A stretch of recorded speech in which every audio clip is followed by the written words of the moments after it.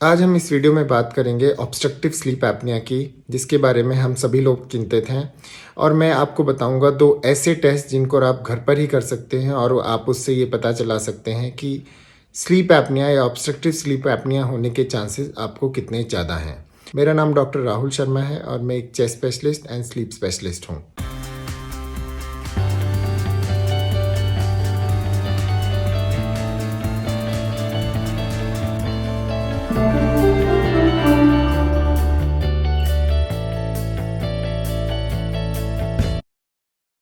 जैसा कि आप सभी लोग जानते हैं कि स्लीप एपनिया की बीमारी के बारे में आजकल मीडिया में काफ़ी खबरें आ रही हैं। इस वीडियो में हम जानेंगे कि स्लीप एपनिया आखिर होता क्या है।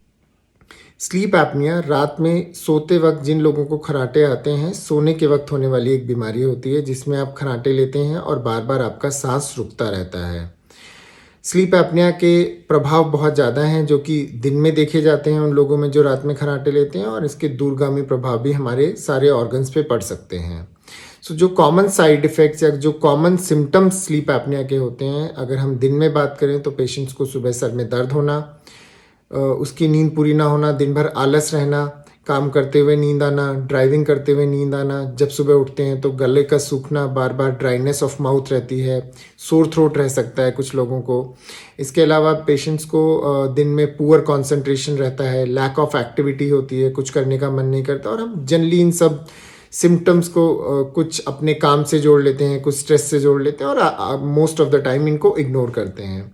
जहाँ तक रात के सिम्टम्स की बात है तो most of the time patients को रात के सिम्टम्स नहीं पता चलते हैं। वो जनरली उसका बेड पार्टनर या घर में रहने वाले बाकी लोग बताते हैं, जिसमें पेशेंट्स को लाउड परसिस्टेंट स्नोरिंग होती है, वो खर्राटे लेता रहता है और खर्राटों की आवाज़ कभी धीमी और कभी तेज़ होती रहती है। जब खर्राटों की आवाज़ धीमी होती है इसका मतलब है कि सांस रुक गया है और थोड़ी देर में सांस फिर से चलने लगता है।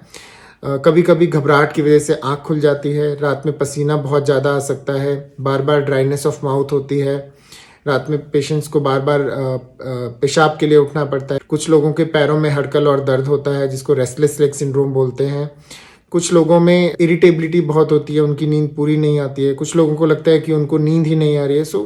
ये सिम्टम्स इतने वेग रहते हैं रात में कि ना पेशेंट को रात में पता चल पाता है कि उसको स्लीप एपनिया है, और दिन में भी उसको लगता है कि बाकी जो सिम्टम्स दिन के आ रहे हैं वो सब उसके ओवरवर्क की वजह से है। बट अगर किसी भी आदमी को या किसी भी औरत को ऐसे सिम्टम्स आते हैं तो उसको अपने स्लीप एपनिया का टेस्ट कराना चाहिए। ऑल्दो स्लीप एपनिया के लिए जो गोल्ड स्टैंडर्ड टेस्ट है वो स्लीप स्टडी होती है, जिसमें मल्टीपल चैनल्स के साथ पेशेंट्स की बहुत सारी एक्टिविटीज़ को देखा जाता है, जिसमें ब्रेन एक्टिविटी होती है, सांस लेने की प्रतिक्रिया कैसी है, ऑक्सीजन कितना चल रहा है पेशेंट्स का, स्नोरिंग कितनी हो रही है पेशेंट्स को, चेस्ट मूवमेंट कैसी होती है, ईसीजी एक्टिविटी, पोजिशनल एक्टिविटीज़ होती हैं। बट उससे पहले दो स्क्रीनिंग टेस्ट हैं जिनके बारे में मैं इस वीडियो में बता रहा हूँ, जिसके द्वारा हम ये असेस कर सकते हैं कि हमें स्लीप एपनिया होने के चांसेस कितने ज़्यादा हैं। इसमें से एक स्कोर है जिसको बोलते हैं एफवर्थ स्लीपीनेस स्कोर और ईएसएस स्कोर। इस स्कोर के द्वारा हमें ये पता चलता है कि दिन में हमें सोने की टेंडेंसी कितनी ज़्यादा है, जो कि इनडायरेक्टली ये बताता है कि अगर हम रात में खर्राटे लेते हैं तो हमें दिन में नींद या डोज ऑफ होने की कंडीशन कितनी ज़्यादा है।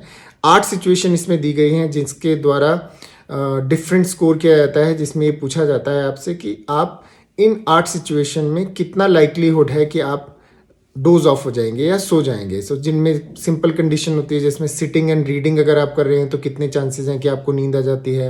अगर आप टेलीविज़न देख रहे हैं तो आपको कितनी बार ऐसा लगता है कि टेलीविज़न देखते देखते आप सो जाते हैं।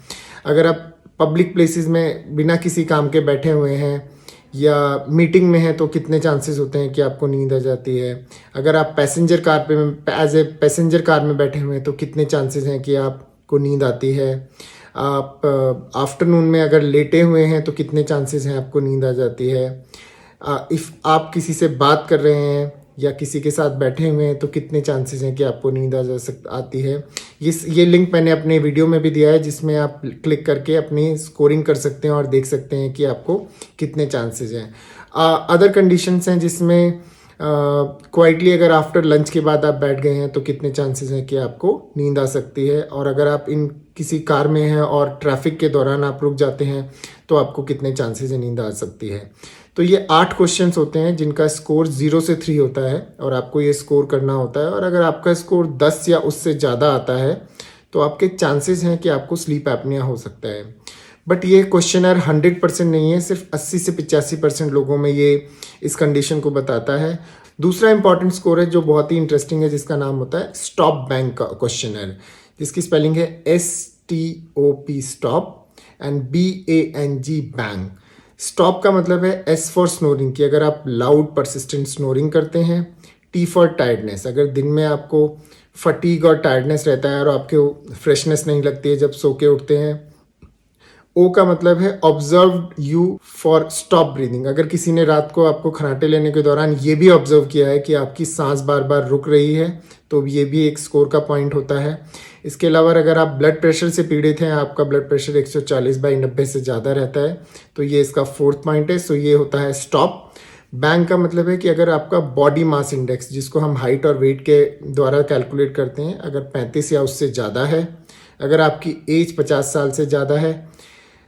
N फॉर नेक सर्कम्फ्रेंस, इसका मतलब है कि अगर आपकी नेक सर्कम्फ्रेंस 40 सेंटीमीटर से ज़्यादा है और अगर आप मेल हैं। सो इन 8 पॉइंट में से अगर कोई भी 3 पॉइंट आपके पास आपको पॉजिटिव आते हैं तो इसका मतलब है कि आपको बहुत ज़्यादा लाइक्लीहुड है कि आपको स्लीप एपनिया हो सकता है। हम स्लीप एपनिया के लिए इतने परेशान क्यों हैं? अगर सपोज आपको स्नोरिंग होती है और स्लीप एपनिया होते हैं तो ना सिर्फ इसमें दिन में आपको सिम्टम्स होते हैं लेकिन आपको बहुत सारी बीमारियां होने का खतरा भी बढ़ जाता है, जिसमें सबसे इंपॉर्टेंट बीमारी होती है शुगर, ब्लड प्रेशर, स्ट्रोक का आना, हार्ट की रिदम गड़बड़ होना या कार्डियक अरिथमिया हो जाना। कुछ लोगों को रात में कार्डियक अरेस्ट भी आ सकता है अगर आपका सीवियर स्लीप एपनिया है तो। इसके अलावा कुछ ऐसी बीमारियां होती हैं जो कि सोशल हैजार्ड मानी जाती है, जैसे कि आपका एक्सीडेंट का रिस्क बहुत ज़्यादा बढ़ जाता है।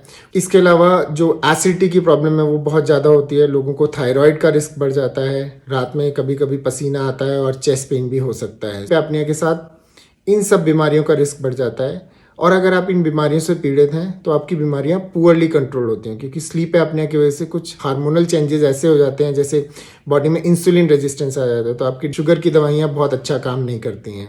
इसके अलावा अगर हम ब्लड प्रेशर की बात करें तो जो लोग भी 2 या 3 गोलियां ब्लड प्रेशर की, 3 तरह की दवाइयां ब्लड प्रेशर की अपना ब्लड प्रेशर कंट्रोल करने के लिए रहते हैं, उनमें इस चीज़ का रिस्क बहुत ज़्यादा होता है कि उनको स्लीप एपनिया हो सकता है। एक सर्वे के द्वारा USA में ये बताया गया है कि करीब 10 में से 8 लोग, जो 10 लोग डायबिटीज़ से पीड़ित हैं उनमें 8 लोगों को स्लीप एपनिया होने के चांसेस हैं। वहीं जिन लोगों को सिर्फ ब्लड प्रेशर है उनमें 30 से 40% लोगों को स्लीप एपनिया होने के चांसेस हैं। और जैसे जैसे आपके नंबर ऑफ बीमारियां लाइक जिन लोगों को ब्लड प्रेशर और शुगर दोनों है तो उनको चांसेस ऑफ स्लीप एपनिया और भी ज़्यादा बढ़ जाते हैं। अगर हम ट्रीटमेंट की बात करें तो स्लीप एपनिया के ट्रीटमेंट इस बात पे डिपेंड करता है कि उसकी सीवियरिटी कितनी है। सो अगर आपको माइल्ड स्लीप एपनिया, जो कि एक स्कोरिंग से देखा जाता है आप जब हम स्लीप स्टडी करा लेते हैं, माइल्ड स्लीप एपनिया में सबसे इंपॉर्टेंट ट्रीटमेंट होता है आपका वेट रिडक्शन करना, अपना वजन कम करना। और एक सर्वे के द्वारा ये देखा गया है कि अगर आप अपना बॉडी वेट 10% तक जो आपका ओरिजिनल बॉडी वेट है उससे कम कर पाते हैं तो आप अपनी सीवियरिटी ऑफ स्लीप एपनिया को 26% तक कम कर लेते हैं। इसके अलावा अगर आपको moderate to severe sleep apnoea है, जो कि अगेन पॉलीसोमनोग्राफी से पता चलता है, तो बॉडी में ऐसे हार्मोनल चेंजेस आ जाते हैं कि आप अपना वेट खुद रिड्यूस नहीं कर पाते हैं और उस केसेस में CPAP करके एक मशीन होती है जिसके द्वारा आपका स्लीप एपनिया सोते वक्त करेक्ट किया जाता है।